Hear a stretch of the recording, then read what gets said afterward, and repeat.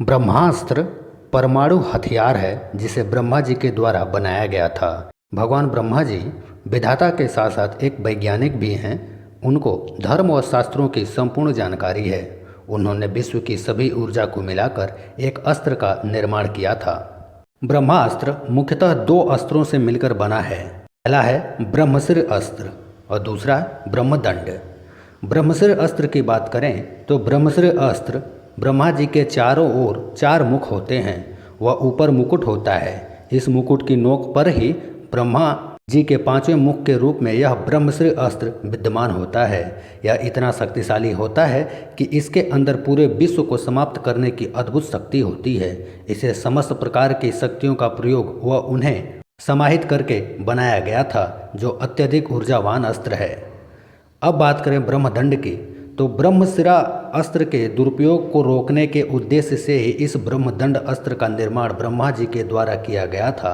यह भी ब्रह्मशिर अस्त्र जितना ही शक्तिशाली है, उसे अपने अंदर समाहित करके उसे रोक सकता है। यह एक प्रकार से ब्रह्मा जी ने अपनी हड्डियों का प्रयोग करके बनाया था, जिससे ब्रह्मशिर अस्त्र के प्रयोग से बचा जा सके। जब इन दोनों अस्त्रों को मिला दिया जाता है तब उसे संपूर्ण रूप से ब्रह्मास्त्र का नाम दिया गया है, जिसे रोकना लगभग असंभव होता है। क्योंकि ब्रह्मा जी विधाता हैं, इसलिए धर्म व सत्य की रक्षा के लिए उन्हें ब्रह्मास्त्र जैसे शक्तिशाली अस्त्र का निर्माण किया था, जिससे आवश्यकता पड़ने पर दुष्टों का नरसंहार किया जा सके।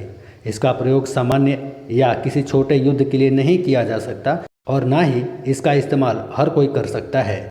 इसको प्राप्त करने के लिए ब्रह्मा जी की शुद्ध मन से उपासना करनी होती है या अपने सिद्धि प्राप्त गुरु से इसे लिया जा सकता है। इसके प्रयोग के लिए विशेष साधना करके इसे प्राप्त किया जा सकता है। इसे चलाने के लिए विशेष मंत्र का जाप करना होता है। उदाहरण के तौर पर महाभारत के युद्ध में कर्ण ने अर्जुन पर ब्रह्मास्त्र चलाने का प्रयास किया था, लेकिन महर्षि परशुराम के दिए गए श्राप के कारण वह मंत्र भूल गया और इसका इस्तेमाल नहीं कर पाया था। एक बार इसे चार्ज करके तैयार कर दिया जाए तब इसे वापस नहीं लिया जा सकता, अर्थात इसे अब चलाना ही पड़ेगा। फिर इसे केवल ब्रह्मदंड अस्त्र के द्वारा ही रोका जा सकता है। यह इतना शक्तिशाली व विध्वंसकारी अस्त्र है कि इसे चलाने से पहले कई बार सोचना पड़ता है, क्योंकि यह अत्यंत विनाश का कारण बन सकता है। यह किसी बड़े युद्ध में धर्म व सत्य की रक्षा करने के उद्देश्य से चलाया जाने वाला अंतिम अस्त्र होता है। जब दो ब्रह्मास्त्र आपस में टकराते हैं तो इससे पूरे विश्व के सामने भयानक संकट उत्पन्न हो जाएगा। इसे एक बार शुरू करने के बाद केवल वही व्यक्ति सही मंत्रोच्चार के साथ वापस ले सकता है। इसका भगवान शिव, आदिशक्ति, भगवान विष्णु व शेषनाग पर कोई प्रभाव नहीं पड़ता है। आपको जानकर हैरानी होगी कि महाभारत के हजारों वर्षों के बाद जब वैज्ञानिक कुरुक्षेत्र की धरती पर पहुंचे तो वहां पर हुए विनाशकारी युद्ध और उसमें चले अस्त्र शस्त्रों की प्रेरणा से ही वर्तमान समय के परमाणु बम का निर्माण किया गया था, जो कि ब्रह्मास्त्र का एक छोटा सा रूप है। ब्रह्मशिर अस्त्र का प्रयोग ब्रह्मर्षि विश्वामित्र ने क्रोधित होकर महर्षि वशिष्ठ के विरुद्ध किया था, किंतु महर्षि वशिष्ठ के पास ब्रह्मदंड होने की वजह से बच गए थे। ब्रह्मदंड ने अपने अंदर ब्रह्मशिर अस्त्र को समाहित करके रोक दिया था।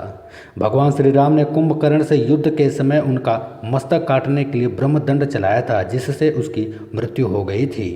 महाभारत के युद्ध के बाद अपने पिता गुरु द्रोणाचार्य की मृत्यु का बदला लेने के लिए अश्वत्थामा ने पांडवों का नाश करने के लिए ब्रह्मशिर अस्त्र को शुरू कर दिया था। वह दूसरी ओर अर्जुन ने भी यह देखकर ब्रह्मशिर अस्त्र अश्वत्थामा की ओर चला दिया था। इसे देखकर नारद मुनि व महर्षि वेद व्यास ने उन्हें इन अस्त्रों को वापस लेने को कहा। अर्जुन ने अपना अस्त्र वापस ले लिया, लेकिन अश्वत्थामा उसे वापस लेने की विधि नहीं जानता था, इसलिए उसने द्वारका में ना छोड़कर वहां से कोसों मील दूर समुद्र में छोड़ा। लेकिन उसकी रेडियो एक्टिविटी के कारण द्वारका में सभी गर्भवती स्त्रियों की कोख में ही उनकी संतानें मर गईं। लेकिन उसमें पांडवों के आखिरी वंशज अभिमन्यु का पुत्र परीक्षित भी था, जिसे भगवान श्री कृष्ण ने बचा लिया था। महर्षि दधीचि के पुत्र पिप्पलाद ने अपने पिता की मृत्यु से आहत होकर ब्रह्मास्त्र को शनिदेव पर तान दिया था। तब अपने प्राणों की रक्षा के लिए शनिदेव ने प्रण लिया था कि वे 12 वर्षों से कम की आयु के किसी भी बच्चे को कभी भी परेशान नहीं करेंगे। इसी कारण उनके जीवन की रक्षा हो पाई थी। रामायण काल में रावण पुत्र इंद्रजीत ने इसे हनुमान जी पर चलाया था, तब वे लंका दहन कर रहे थे, लेकिन ब्रह्मा जी के वरदान की वजह से हनुमान जी का कोई भी नुकसान नहीं हो पाया था।